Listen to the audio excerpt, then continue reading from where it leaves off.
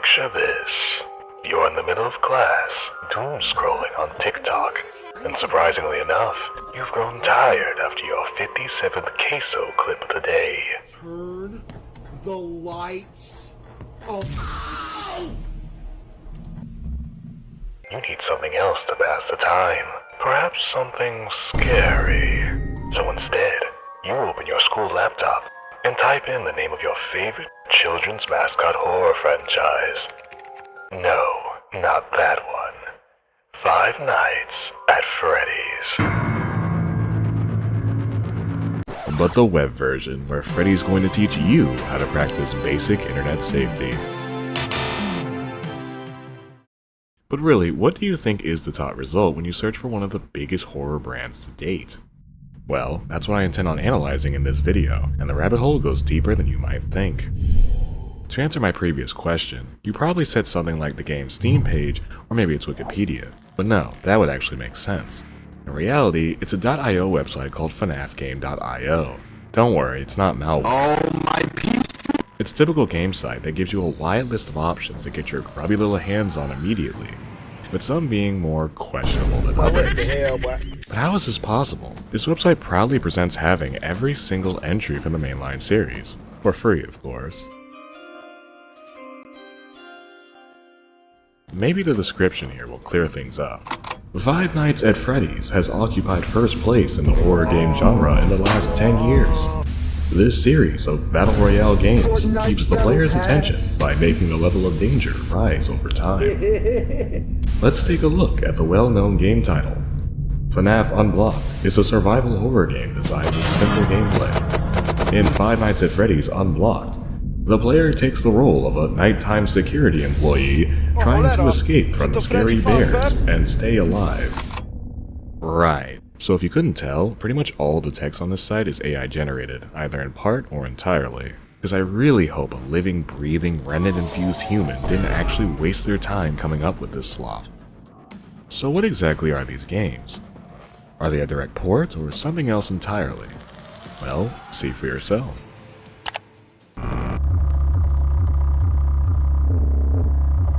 Okay, so no, not actually. But it would be pretty funny if that was the first thing little Timmy saw when trying to bootleg FNAF. Instead, here's the real one.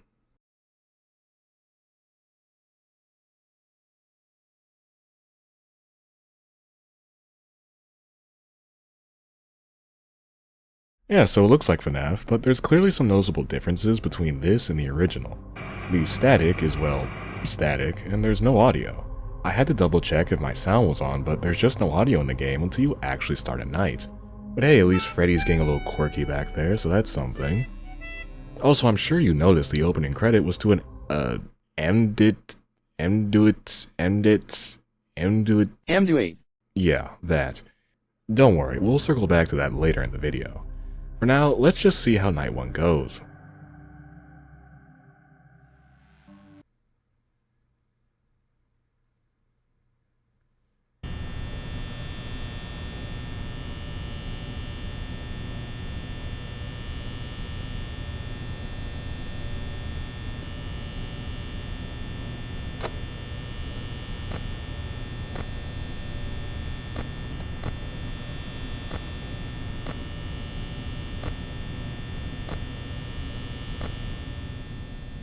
Not bad, huh?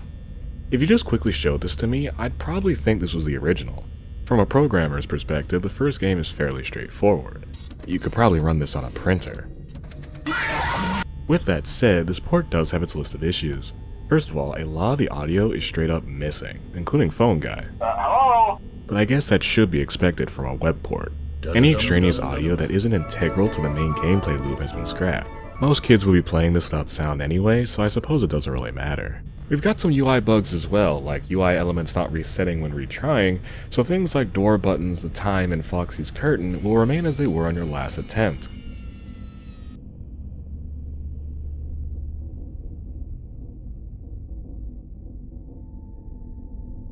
This doesn't actually affect gameplay, it's purely visual. Speaking of visuals, the left door specifically skips its opening animation and kinda just vanishes. And to make things even better, animatronics can show up on multiple cameras at once, so good luck figuring out who's the real deal.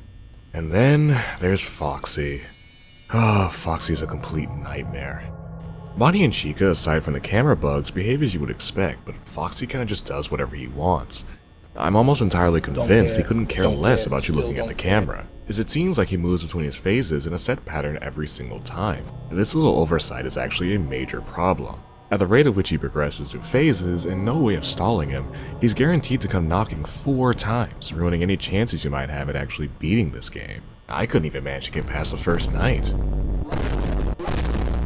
I wouldn't exactly consider myself a pro, but the first night is never usually that bad in any of the games, so I'll play through. But don't just take my word for it. Let's see what the target audience has to say.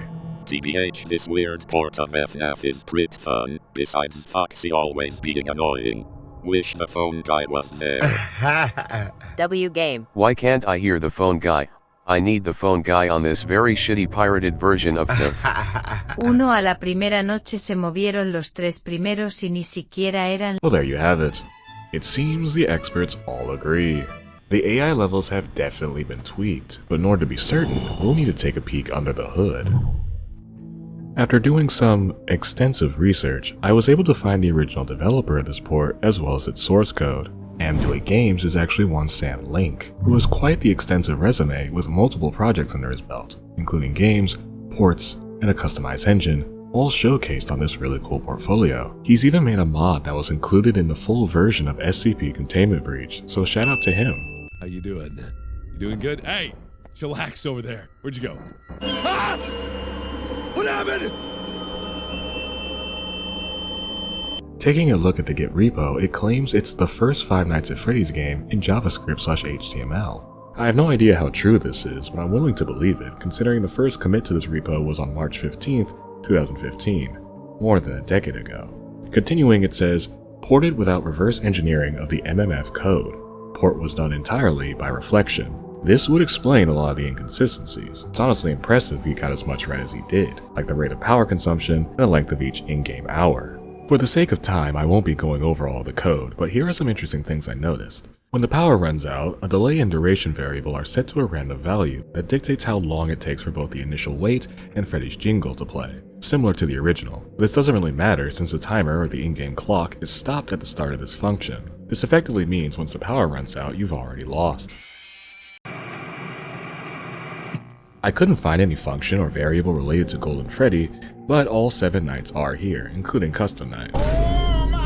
I also confirmed our previous suspicions about AI levels. On night 1, Foxy is set to 8, Bonnie is set to 9, Chica is set to 8, and Freddy is set to 0.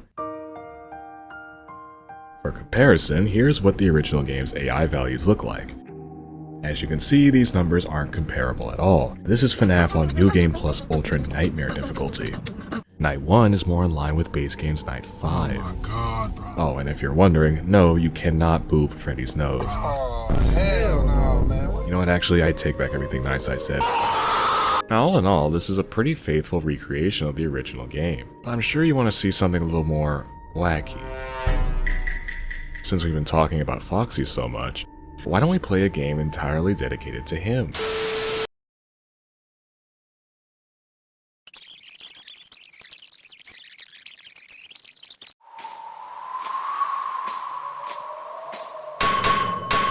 After taking a millennia to load, and then accidentally blowing my eardrums out,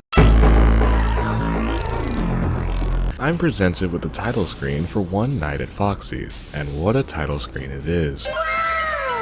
We've got a warning text down here that's illegible, an animatronic toggle that turned the music off when I pressed it, and a character viewer with such iconic animatronics like Toy Mangle, Toy Foxy, and the Abomination. As for the gameplay, I'm just gonna let it speak for itself. Michael! Don't leave me here! Michael! Michael! Now's the time for you to be walking the plank. I'm not really sure where to even begin with this. I need a week in my own MadPad to fully decipher the intricacies of these, mechanics. Unfortunately, I won't need to, since on my second attempt, after mashing some keys, the 6 AM screen popped up for some reason. So you know what, I'm just gonna count that as a win and move on. Now I'm sure that Sam Link didn't authorize this site to use this port, or even the dev of One Night at Foxy's for that matter. Sam leaves a comment noting that he can't legally release this to people without some sort of DRM or Steam auth verifying the user owns the original game. In fact, he's even gone through the effort of removing all copyrighted material from the repo. Clearly, the owners of FNAFgame.io don't care, as they're still going strong 10 years later. So who exactly runs this fake site? There's a bar at the bottom that has links to an About Us, Copyright, Contact Us, Privacy Policy, and the Terms of Use. The About Us is literally useless. The Privacy Policy contains info on Ezoic services, which is what allows them to plaster ads on the site. This is followed by a lengthy generic description about how they're definitely not selling your child's data. I'm gonna have to go with no. The copyright section seems a bit more promising at first, but all we've got is an address to some random office building in New York that Cool Math Games also occupies apparently, and an email address where more than likely every message gets sent straight to the void. Speaking of, I tried using the Contact Us section, but haven't gotten anything back yet, so I'm sure they're just super busy. Customer service. Get me straight to the bitch, bro. That just leaves us with the Terms of Use, which also doesn't contain any solid info, but it does use some weird wordage. Our games are not responsible for any ads that may appear on our sites via error or malware viruses. Hello, your computer has virus. Five Nights at Freddy's LLC makes no promises that our visitors' grades will improve by the use of any of our family of sites. Stupid. The information included in our family of sites is meant to supplement standard academic courses and classroom instruction. I'm gonna assume this was put here to either help with Google search placement or an attempt to get around school blocks, but they might be onto something since you need a literal PhD in astrophysics to even begin to understand FNAF lore. Ain't no way, boy.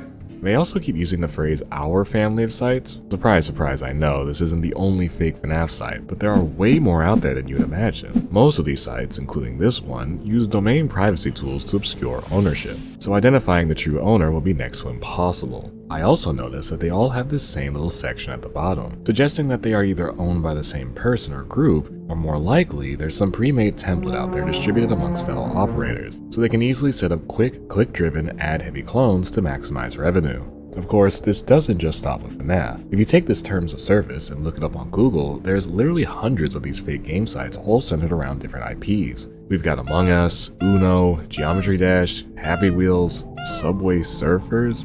This game is already free, why would you need to do this?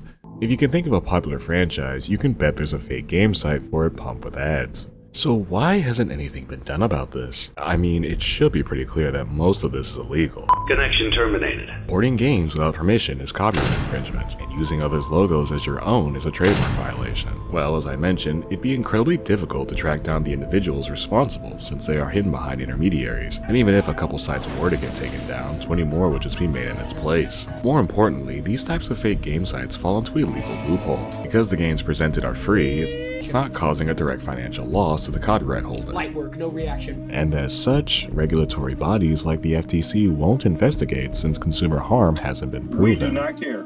It's a losing battle from the start, unfortunately. As long as children exist, there will always be a market for this kind of stuff. Their loans aren't fully developed yet, so a lot of them truly think they could just look up a game and start playing the legitimate version for free. Of course, the best thing to do is to just not visit these sites at all and buy the original. I'll steal it! No one will ever know! Or better yet, support the devs of these ported games that also had their work stolen from them. If you made it this far, thanks for sticking around. If you enjoyed what you saw, a like would be really appreciated. I intend on analyzing more of these fake games in the future because I really find this stuff interesting. So if that's something you'd like to see, make sure to subscribe. That's all I've got for now. See you in the next one.